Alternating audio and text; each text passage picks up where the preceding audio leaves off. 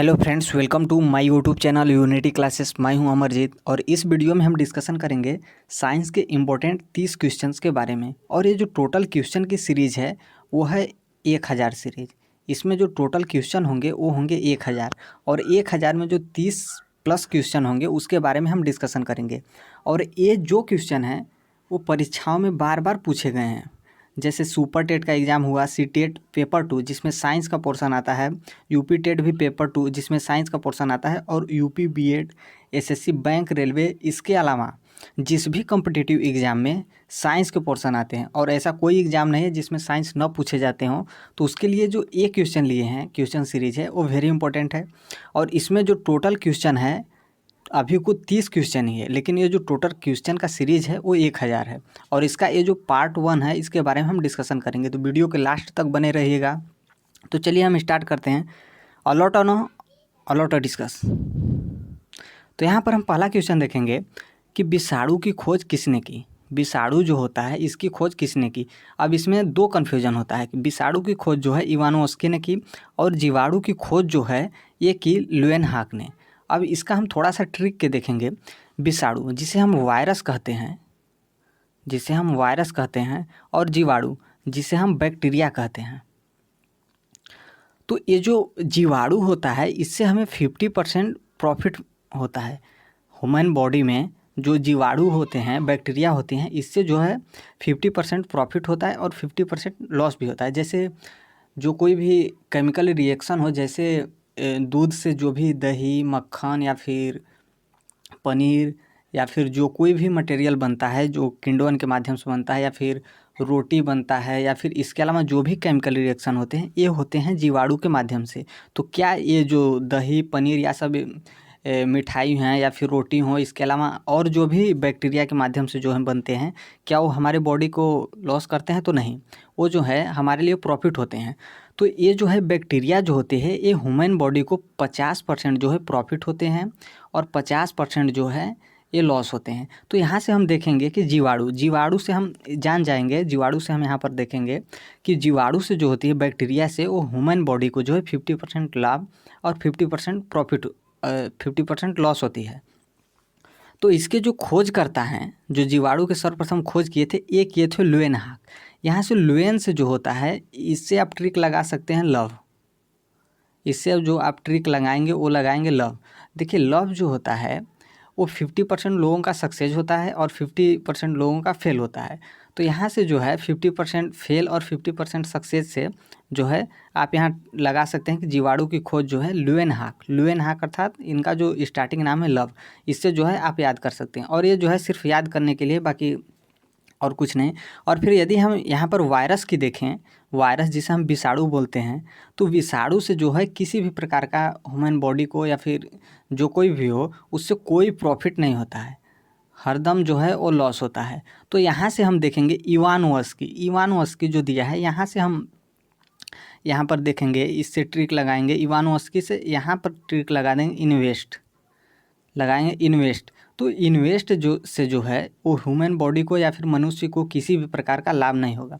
तो इस तरीके से आप जो है याद कर सकते हैं कि विषाणु जो दिया है इससे किसी भी प्रकार का लाभ नहीं होता, तो इवानोव्स्की अर्थात इन्वेस्ट। और जीवाणु जो होता है इससे 50% लाभ और 50% लॉस होता है। तो यहाँ से जो ट्रिक लगाएंगे आप लगाएंगे लव, अर्थात 50% लोगों का सक्सेस होता है, 50% लोगों का जो है फेलियर होता है। तो यहाँ से हम देखेंगे कि विषाणु की खोज जो है वो किए थे इवानोव्स्की। विषाणु खोज जो किए थे वो किए थे इवानोव्स्की। और यदि हम जीवाणु की बात करें तो जीवाणु खोज किए थे ल्यूएनहाक।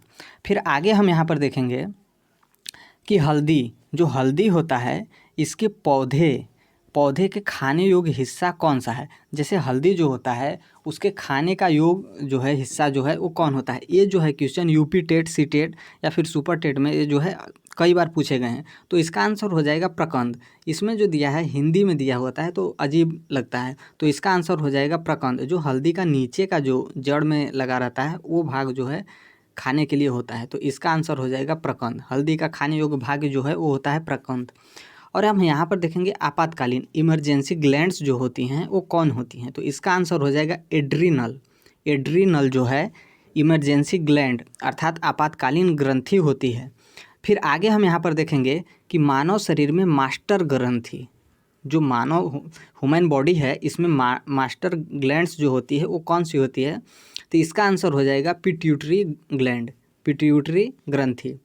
और ये जो क्वेश्चन है ये बार बार हर एक एग्जाम में जो है पूछा गया है ग्रंथि से रिलेटिव। फिर आगे हम यहाँ पर देखेंगे कि रक्त कब्रगाह, जो ब्लड कब्रगाह है ये किसे कहा जाता है, तो इसका आंसर हो जाएगा प्लीहा।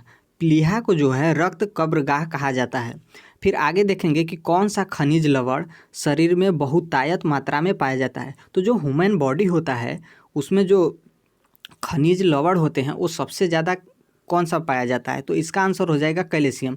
क्योंकि हमारे बॉडी में जो है सबसे ज़्यादा हड्डी होता है, क्योंकि जो बाहरी पोर्शन होता है उसमें जो होता है हड्डी, और हड्डी जो है ये खुद कैल्शियम कार्बोनेट से जो है वो बना होता है। तो कैल्शियम जो होगा इसका जो है आंसर राइट आंसर होगा कि हमारे जो ह्यूमन बॉडी है इसमें बहुतायत मात्रा में जो है खनिज लवण पाया जाता है, तो ये पाया जाता है कैल्शियम।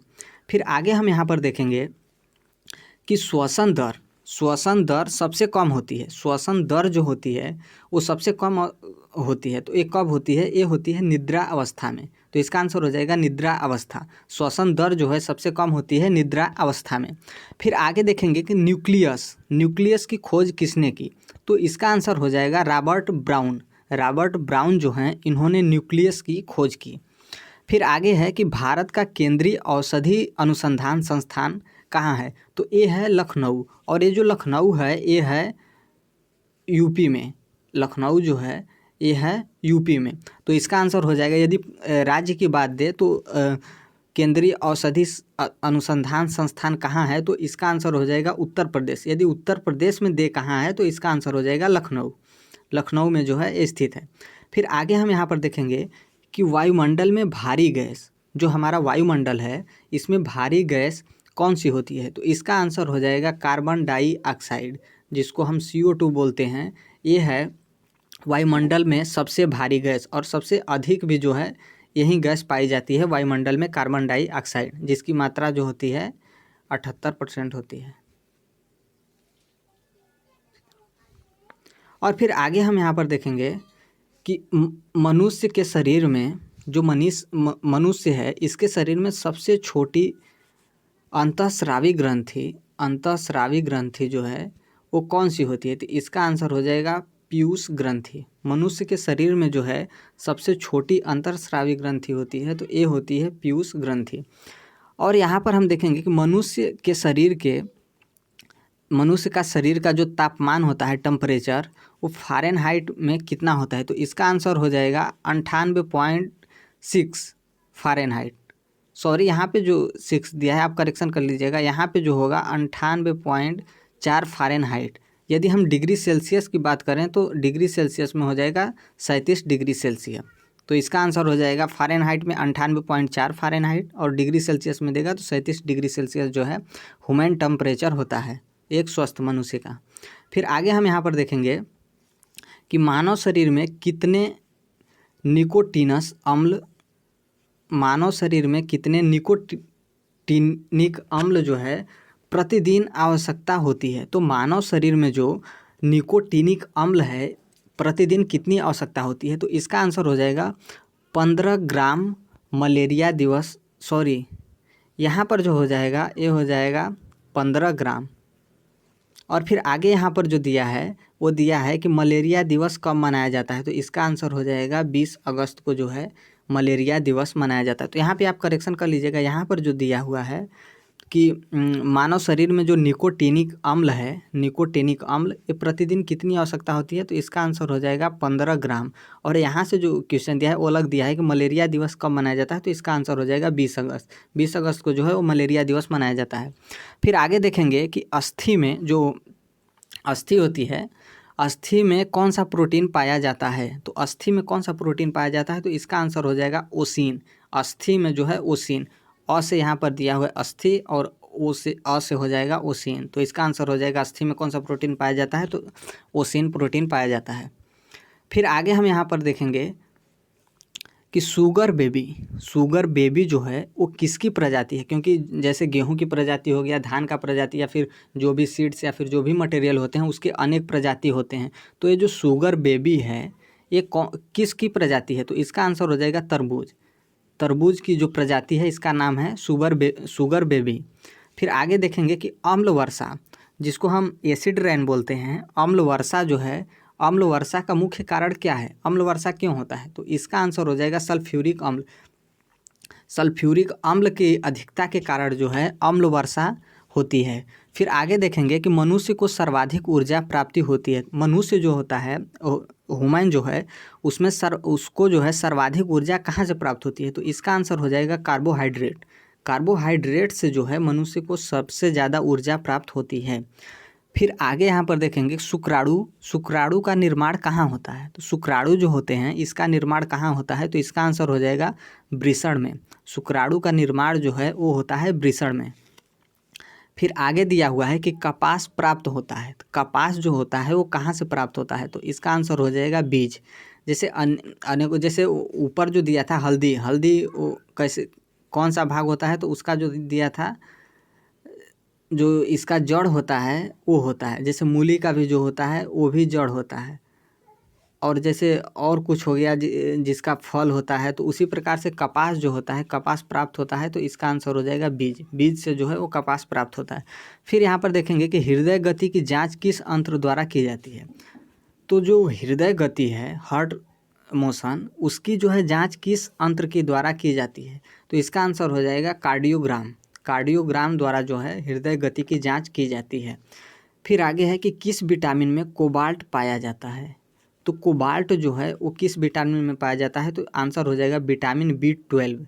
विटामिन B12 जो है इसमें कोबाल्ट पाया जाता है। और यदि विटामिन B12 की बात करें कि विटामिन B12 जो है ये जल में घुलनशील विटामिन है कि वसा में, तो इसका आंसर हो जाएगा जल में। इसका आंसर हो जाएगा जल में। विटामिन B12 जो है ये जल में घुलनशील विटामिन है। फिर आगे हम यहाँ देखेंगे कि दिया हुआ है कि नेत्रदान में किस भाग को दान किया जाता है, तो जैसे कोई भी इंसान नेत्र दान करता है तो कौन से भाग को दान करता है, तो इसका आंसर हो जाएगा कार्निया। कार्निया जो होता है इसको नेत्रदान में दान किया जाता है, जिससे दूसरे कोई को जो है यूज करके वो देख सके। फिर आगे है कि लीवर में भविष्य के लिए कौन सा विटामिन भंडारित होता है, तो जो हमारा लीवर होता है उसमें भविष्य के लिए कौन सा विटामिन भंडारित होता है, तो इसका आंसर हो जाएगा विटामिन ए। विटामिन ए, और विटामिन ए जो है ये है वसा में घुलनशील विटामिन। और फिर आगे हम यहाँ पर देखेंगे रबर जो दिया है, रबर के संश्लेषण में किसका प्रयोग किया जाता है, तो इसका आंसर हो जाएगा आइसोप्रोपिन। जो रबड़ होता है इसको बनाने में अर्थात संश्लेषण में जो है आइसोप्रोपिन का प्रयोग किया जाता है। फिर आगे हम यहाँ पर देखेंगे कि रेडियो कार्बन डेटिंग से किसका निर्धारण होता है, तो रेडियो कार्बन डेटिंग जो होता है इससे किसका निर्धारण होता है, तो इससे हो जाएगा जीवाश्म की आयु। जो जीवाश्म, जैसे कोई भी इंसान पहले ही आज से 100 साल पहले, 1000 साल पहले मर गए, डेथ हो गई है उसकी, तो उसका जो जीवाश्म है वो रेडियो कार्बन डेटिंग से पता लगाया जा सकता है कि वो कितने साल पुराना जो है वो हड्डी या फिर जो कोई भी अवशेष बचा है वो कितने साल पुराना है, तो इसका आंसर हो जाएगा जीवाश्म की आयु जो है इसकी निर्धारण करने के लिए रेडियो कार्बन डेटिंग का उपयोग किया जाता है। फिर आगे देखेंगे कि गाय के दूध में किसके कारण पीलापन आता है, तो गाय का दूध जो होता है वो किसके कारण पीलापन होता है, तो इसका आंसर हो जाएगा कैरोटीन। कैरोटीन जो है इसके कारण जो है गाय का दूध जो है वो पीला होता है। फिर आगे हम यहाँ पर देखेंगे कि HIV जो है इसकी खोज किसने की, HIV जो है इसकी खोज जो है किसने की, तो इसका आंसर हो जाएगा लुक मांटेनियर जो हैं इन्होंने HIV की खोज की। और फिर आगे देखेंगे कि पौधों में वाष्पोत्सर्जन दर को मापने के लिए किस यंत्र का प्रयोग किया जाता है, तो इसका आंसर हो जाएगा पोटोमीटर द्वारा जो है वाष्पोत्सर्जन दर जो है ये माप किया जाता है। फिर आगे देखेंगे कि मानव त्वचा में पाया जाने वाला वर्णक, मानव त्वचा जो होता है इसमें पाया जाने वाला वर्णक कौन सा होता है? तो ये होता है मेलानिन। मेलानिन के द्वारा ही जो मानव का त्वचा होता है वो काला या फिर ब्राउन या फिर वाइट या फिर जिस भी कलर में हो, वो जो है मेलानिन के कारण ही जो है मानव का त्वचा होता है। फिर आगे हम यहाँ पर देखेंगे कि कोशिका विभाजन, जो सेल डिवीजन होता है, सेल डिवीजन के समय स्पष्ट दिखाई देते हैं। तो इसका आंसर हो जाएगा गुणसूत्र। गुणसूत्र के माध्यम से ही जो है कोशिका विभाजन जो है स्पष्ट दिखाई देता है। फिर आगे है कि जराविक 7 जराविक 7 जो है वो क्या है? तो इसका आंसर हो जाएगा कृत्रिम हृदय। ये जो है जराविक 7 जो है ये है कृत्रिम हृदय, मतलब इसको जो है बनाया गया है, कृत्रिम हृदय जो है इसको बनाया गया है, जिसका नाम जराविक 7 रखा गया है। फिर आगे हम यहाँ पर देखेंगे कि वन्यजीव कोष की स्थापना कब हुई? तो इसका आंसर हो जाएगा 1973 में जो है वन्यजीव कोष की स्थापना की गई। अभी हाल ही में 3 मार्च को जो है वन्य जीव दिवस मनाया गया। हालांकि आज 4 मार्च है, कल ही जो है वन्य जीव दिवस मनाया गया। फिर आगे हम यहाँ पर देखेंगे कि HIV रोग जो है वो सर्वाधिक नष्ट करता है। तो HIV रोग जो है वो ह्यूमन बॉडी को, मतलब कौन से पार्ट को जो है नष्ट करता है? तो इसका आंसर हो जाएगा T कोशिकाओं को। T कोशिकाओं को जो है HIV किसी में रोग हो गया है तो वो T कोशिकाओं को जो है वो नष्ट करता है। तो फ्रेंड्स आज के लिए बस इतना ही। ये जो था टोटल 30 से ज़्यादा क्वेश्चन थे और ये टोटल क्वेश्चन है वो 1000 क्वेश्चन का सीरीज़ है और इसका जो है पार्ट 1 है और अगला पार्ट जो है नेक्स्ट वीडियो में लाएंगे। और यदि आपको ये वीडियो अच्छा लगे तो मेरे चैनल को सब्सक्राइब, लाइक, शेयर ज़रूर कर दीजिएगा। और फ्रेंड्स आज के लिए बस इतना ही, मिलते हैं अगले नेक्स्ट वीडियो में। Thank you for listening, God bless you all.